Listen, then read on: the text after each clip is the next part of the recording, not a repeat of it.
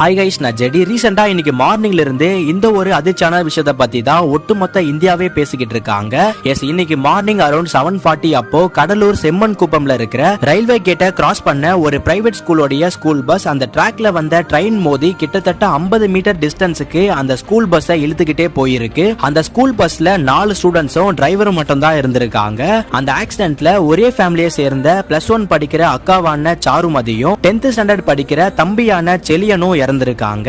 அதே போல 12 வயசான நிமிலேஷ் என்ற பையனும் இறந்திருக்கான். ஒரு ஸ்டூடெண்டோ அந்த ஸ்கூல் பஸ் டிரைவரையும் ஹாஸ்பிடல்ல அட்மிட் பண்ணிருக்காங்க. இந்த சம்பவத்துக்கான மெயின் ரீசனா அந்த கேட் கீப்பரான பங்கஜ் சர்மா தான் அங்க இருந்தவங்க எல்லாம் சொல்லியிருக்காங்க. ஏன்னா அவர் தான் கேட்டை க்ளோஸ் பண்ணாம இருந்தாருன்னு சொல்றாங்க. சோ அதனால இப்போ அவரை அரெஸ்ட் பண்ணி சஸ்பெண்டும் பண்ணிருக்காங்க. அதே போல அந்த பிளேஸ்ல ஆல்ரெடி ஒரு வருஷத்துக்கு முன்னாடியே ஒரு சப்வே கட்டுறதுக்கான ப்ராஜெக்டை செலக்ஷன் பண்ணிருக்காங்க. பட் கடலூர் டிஸ்ட்ரிக்ட் கலெக்டர் அந்த ப்ராஜெக்டுக்கான பர்மிஷனை கொடுக்காம இருந்திருக்காரு. சோ அதனால தான் இப்படி ஒரு மோசமான சம்பவம் நடந்திருக்குன்னு நிறைய பொலிட்டிஷியன்ஸ் எல்லாம் சொல்றாங்க. சோ இந்த சம்பவத்துல இறந்தவங்களுக்கு நம்ம ஜேடி ஃபார் யூ சேனல் சார்பா ஆழ்ந்த இரங்கலை தெரிவிச்சுக்கிறோம்.